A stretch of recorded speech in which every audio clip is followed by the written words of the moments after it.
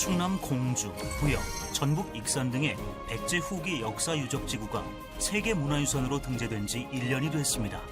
그런 가운데 최근 백제 웅진 및 사비 시대보다 앞선 서울 한성 백제 시대 유적의 가치가 새롭게 조명되고 있는데요. 전체 백제사를 볼 때는 공주 부여보다 훨씬 중요한 그러한 시기다라고 볼 수 있고요. 서울에서 한성 백제 유물이 다량 발견되면서 그동안 잊혀졌던 500년의 백제 역사가 다시 수면 위로 떠오르고 있습니다. 이러한 백제 기와들이 현재까지 약 3천여 점이 발굴이 되고 있고요. 한성 백제 유적의 가치를 기리기 위해 많은 곳에서 노력을 기울이고 있는데요. 잊혀졌던 500년의 역사를 다시 찾은 한성 백제의 오늘을 만나봅니다. 약 700년간 존속했던 고대 왕국 백제는 동아시아 국제교류의 중심 역할을 하며 찬란한 역사를 기록했습니다.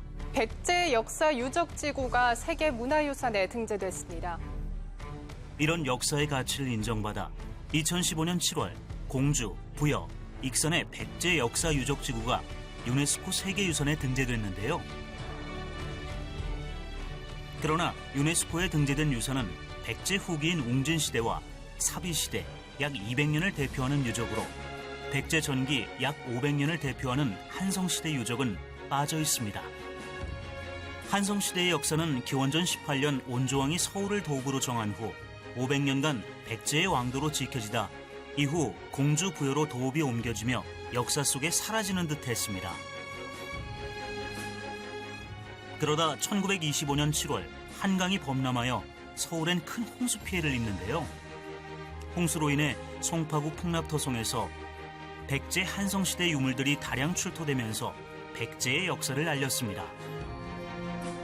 700년의 백제 역사가 시작된 곳으로 추정되는 풍납토성은 둘레 3.5km, 높이도 11m가 넘는 등 거대한 토성의 형태를 띠고 있으며 왕성으로 활용했다고 하는데요. 우리나라에서 정말 가장 큰 규모의 그러한 거대한 판축 토성이라는 것이 밝혀졌고, 토성 내부에는 백제의 어떤 궁궐터로 추정되는 그러한 지역들에서 대형 신정 건물지, 임금님이 쓰던 우물, 주변에서는 고위 관료들의 그런 거주지, 창고, 이러한 그 다양한 그러한 시설들이 발굴됨으로 해서 현재 풍납토성이 백제에서는 가장 그 실체를 잘 보여주는 그러한 도성 유적이다라고 볼 수가 있겠습니다. 풍납토성과 함께 주목받고 있는 것이 몽촌토성입니다. 몽촌토성은 풍납토성과 함께 이성체제를 이루며 백제 전기의 왕성으로 활용했다고 합니다. 또 하나의 왕성이라는 것을 증명하듯 몽촌토성에서는 다량의 유물이 발견되어 지금도 발굴 작업이 진행되고 있는데요. 1980년대 초 올림픽 공원을 조성하면서 몽촌토성의 가치가 알려지기 시작했습니다. 그 이후 성 안의 집자리와 토기, 무기, 갑옷 등 다양한 백제 유물이 발견되면서 백제 한성시대를 대표하는 중요한 유산으로 보고 있습니다. 백제 토기는 외부에 탄활이 되어 있는 토기들이고요. 두께는 한 1cm 정도로 상당히 두껍고 경질 수성돼서 표면이 전체적으로 딱딱한 형태로 수성이 되어 있는 토기들이에요. 백제 시대를 대표하는 토기 중에 하나죠. 그리고 더더군다나 이제 생활용기라기보다도 제사나 이런 제의에 사용되는 토기이기 때문에 더욱더 이제 중요한 토기로 볼 수 있습니다. 서민들이 사용하던 토기가 아닌 왕실에서나 쓰일 법한 토기들이 출토되면서 제2의 왕성이라는 것을 증명하고 있는 셈인데요. 생활 모습을 엿볼 수 있는 토기는 물론 말머리 등이 다량 발견되어 왕실 제례에서 말머리뼈를 사용했다는 것을 말해주고 있습니다. 말머리뼈로 추정이 되는 동물뼈입니다. 여기 보시면 이 앞쪽에는 상악으로 보이는 그 치아가 노출이 되어 있는 상태고요. 그리고 이 위쪽으로는 코로 이어져서 양 옆에 눈이 위치했던 곳 있고, 그다음에 뒤로는 머리가 이어지는 것을 확인할 수가 있습니다. 이 정도면은 굉장히 보존이 잘 된 상태인데요. 굉장히 좀 중요하게 봐야 될 것 같습니다. 왕성 이외에도 석촌동 고분군은 백제 초기의 대표적인 무덤 형태인 돌무지 무덤이 중심이 된 백제의 왕실 무덤군인데요. 가장 규모가 큰 무덤인 제3호부는 한 변의 길이가 약 50m에 달해 한반도 최대 크기를 자랑하는데요. 근초 고항의 무덤으로 보기도 합니다. 현재 이 석촌동 고분군에서도 발굴 작업이 이루어지고 있습니다. 다양한 유물들이 매납되어 있는 그런 사실들이 확인이 되고 있는데요. 이러한 백제 기와들이 현재까지 약 3천여 점이 발굴이 되고 있고요. 그 밖에도 금제 귀걸이라든가 유리구슬 등 다양한 유물들이 확인이 되고 있습니다. 발굴 현장에선 백제 왕실 무덤군의 중심이 된 돌무지 무덤의 구조와 성격을 규명할 수 있는 여러 흔적들과 함께 당시 사용했던 기와, 토기 등 많은 유물들이 발견되고 있는데요. 이것은 백제인들의 삶과 죽음의 공간에 대해 좀 더 알 수 있는 귀중한 자료라고 하네요. 특히 현재 발굴되고 있는 유구와 유물들은 한성 백제의 역사적 가치뿐만 아니라 서울의 역사에도 큰 영향을 준다고 하는데요. 또한 방이동 고분군은 백제 한성시대 돌덧널 무덤과 돌방 무덤 등으로 구성된 무덤군인데요. 백제 상류층의 무덤으로 추정하고 있습니다. 백제의 역사가 지금으로부터 2000년 전에 서울에서 비롯됐다라는 사실들을 이제 많은 국민들이 알게 됐고요. 서울의 역사는 600년이 아니라 2000년으로 올라간다라는 의미로 지금은 서울의 역사를 서울 2000년사라고 해서 다시 쓰고 있습니다. 한때 나라를 통치하던 이들의 무덤이지만 지금 이곳은 서울 시민들을 위한 휴식 공간으로 이용되고 있습니다. 왕릉이 바로 옆에 있다는 게 신기하고요. 그리고 이제 멀리 안 찾아가도 되고 사람들한테 많이 개방된다는 것도 좋은 것 같고요. 신기하네요. 한성 백제의 가치를 알리기 위한 노력은 다양한 곳에서 펼쳐지고 있습니다. 10월 6일부터 4일간 열린 한성 백제 문화제는 올해로 16회를 맞이했는데요. 이번 축제는 백제 한성시대의 역사와 문화를 재현하는 서울의 대표 지역 축제로 매년 50만 명 이상의 관광객이 이 축제를 통해 특별한 추억을 만들고 있습니다.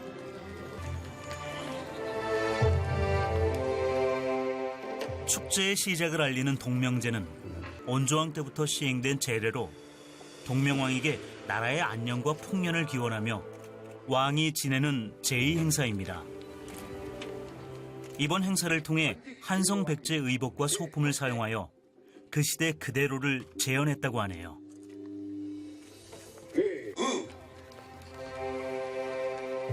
진작이요. 옛날 그때 그 시절을 직접 실감하는 것 같죠. 이런 문화권, 이런 문화는요, 자꾸 발굴해서 더 세계 유네스코에 높이 평가해야 돼요. 그만큼 우리 한민족이 문화유산이 그만큼 풍부하다는 걸 알려야 돼. 또한 한성 백제 농민들의 삶을 엿볼 수 있는 다양한 행사도 진행됐는데요. 가을 추수 후 곡식을 탈곡하는 모습은 아이들에게도 인기 만점입니다. 힘들지만 재밌고 이 옷 입고 하니까 백제 시대로 돌아간 것 같아요. 이 외에도 한성 백제 문화를 몸으로 직접 체험해 볼 수 있어 생생한 교육 현장을 제공하기도 했습니다. 백제 한성 시대의 번영을 기리고 계승하기 위해 진행된 거리 행렬은 마치 고대 백제 시대로 돌아간 것 같은 기분이 들게 하는데요. 백제인의 원대한 꿈과 염원이 담겨있는 백제 왕성인 몽촌토성의 성곽을 돌며 많은 시민들이 소원을 빌기도 했습니다. 밤에 와보니까 좀 생소하고 또 이런 길도 있구나라는 생각도 들고 또 밤에 걸으니까 또 운치도 있고 되게 좋은 것 같아요.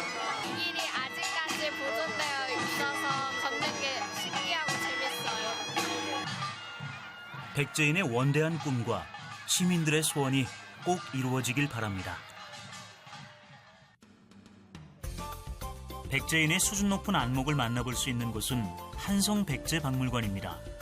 이곳은 백제 한성시대 유물을 중심으로 서울의 고대 역사와 문화를 전담하는 전문 박물관으로서 한성 백제 유물이 1000여 점 전시되어 있는데요. 풍납토성, 몽촌토성 등 한성 백제의 유적지에서 발견된 유물이 전시되어 있어 백제의 첫 도읍지로서 500년간 지속된 한성시대를 이해할 수 있는 역사의 장이 되고 있습니다. 꼭 백제 문화유산들이 유네스코에 등재되기를 희망하고 또 그 부분에 우리가 더 많은 지식을 습득하고 또 체험할 수 있는 기회가 되었으면 합니다. 잊혀졌던 500년 한성백제의 역사를 배우기 위해 박물관을 찾은 학생들.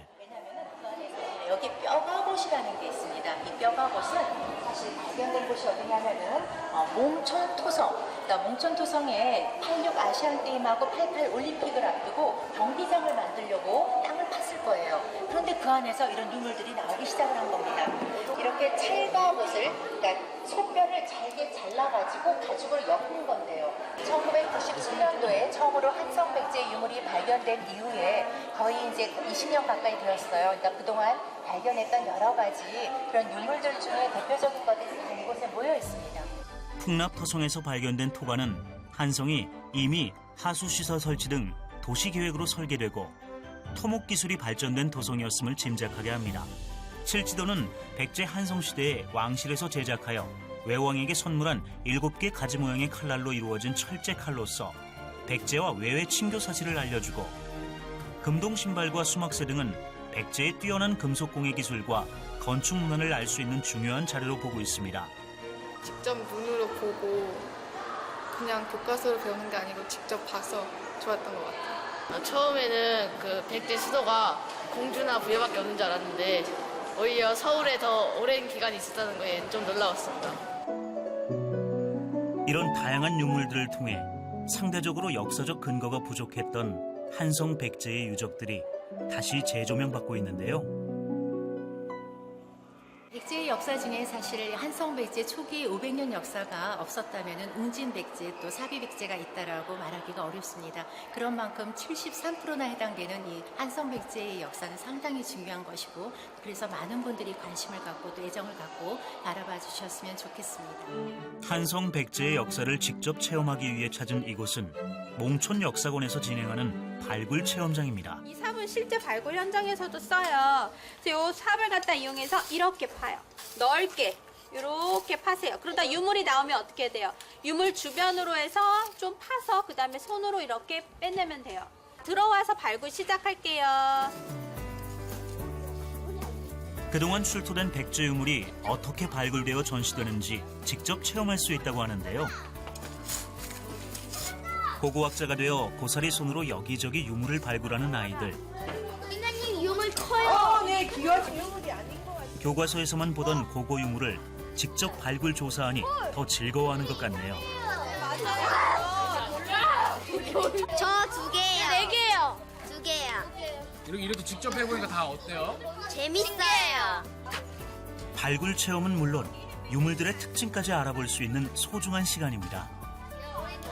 제일 신기했던 게 바로 돋보기. 가장 많이 이야기하는 잠자리채. 뚜껑 얘기하는데 잠자리채. 이건 뭐냐면 여기에 발을 얹는 거예요. 네?